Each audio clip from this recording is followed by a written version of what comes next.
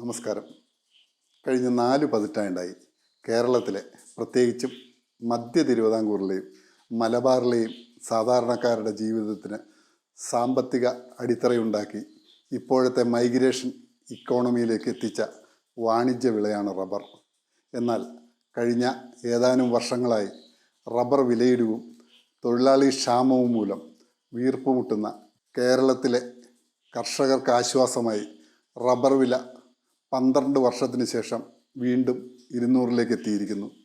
ഈ ചാനലിൻ്റെ ആദ്യകാല വീഡിയോയിൽ കേരളത്തിൽ റബ്ബർ കൃഷിക്ക് ഇനിയും ഭാവിയുണ്ടെന്ന് പറഞ്ഞപ്പോൾ പലരും അതിനെ അവിശ്വസനീയമായിട്ടാണ് കണ്ടതെന്ന് അതിലെ കമൻസ് നോക്കിയാൽ അറിയാം. എന്നാൽ 6 മാസത്തിനകം അത് യാഥാർത്ഥ്യമായിരിക്കുകയാണ്. ഈ വില നിലനിൽക്കുമോ അതോ ഇക്കുറി റബ്ബർ വില പുതിയ ഉയരങ്ങൾ താണ്ടുമോ? നമുക്കൊന്ന് പരിശോധിക്കാം. ഈയിടെ വരുന്ന എല്ലാ പുതിയ കാർഷിക വാർത്തകളുടെയും റീച്ച് കിട്ടുന്ന ക്യാപ്ഷനായി വരുന്നത് റബ്ബർ വെട്ടിമാറ്റി അല്ലെങ്കിൽ റബ്ബർ ഉപേക്ഷിച്ച് പുതിയൊരു കൃഷി തുടങ്ങി എന്നായിരിക്കുന്നു. അതായത് റബ്ബർ കൃഷിയോട് മൊത്തത്തിലൊരു അലർജി പോലെ. അങ്ങനെ റബ്ബർ കാർഷിക സമൂഹത്തിന് ഒരു ബാധ്യതയാണെന്ന തരത്തിൽ ബോധപൂർവമായ ചിത്രീകരണം നടക്കുന്നു. എന്നാൽ റബ്ബർ വില ഉയർന്നാൽ സാധാരണക്കാരൻ്റെ കൈകളിൽ ചിലവഴിക്കാൻ ധാരാളമായി പണം വരും.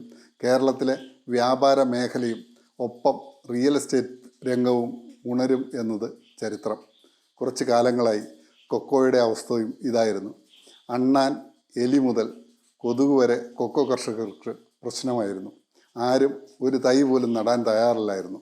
ഉള്ളത് ഉത്സാഹത്തോടെ വെട്ടിമാറ്റി. എന്നാൽ ആ കൃഷിയുമായി മുന്നോട്ട് പോയവർക്ക് സമീപകാലത്ത് ബമ്പറടിച്ചു. ഇപ്പോൾ ഇതാ നാട് നീളെ കൊക്കോ തൈകൾക്കായി ആളുകൾ നെട്ടോട്ടമോടുന്നു. യാതൊരുവിധ ഗുണമേന്മയില്ലാത്ത കൊക്കോ തൈകൾക്ക് പോലും 50 രൂപയിലധികം വില. എന്നിട്ടും തൈകൾ കിട്ടാനില്ല. ഇപ്പോൾ അണ്ണാനും എലിയുമൊന്നും കർഷകർക്ക് പ്രശ്നമല്ല. കാരണം കൊക്കോയ്ക്കിപ്പോൾ 450-500 രൂപ വരെ വിലയുണ്ട്. ഇതുതന്നെയാണ് റബ്ബറിലും സംഭവിക്കാൻ പോകുന്നത്. ഇന്ത്യയിൽ റബ്ബർ വില ഘട്ടം ഘട്ടമായി ഉയരങ്ങളിലേക്ക് പോകും.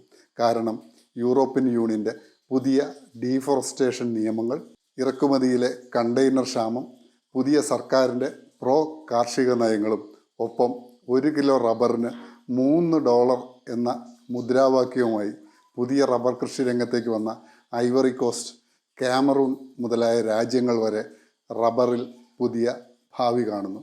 അതിനുപരി അന്താരാഷ്ട്ര അഗ്രി കമ്മോഡിറ്റി മാർക്കറ്റിലെ ചില ഫണ്ട് മാനേജർമാർ കൊക്കോ വിട്ട് റബ്ബറിലേക്ക് മാറുന്നതായും റിപ്പോർട്ടുകൾ വരുന്നുണ്ട്.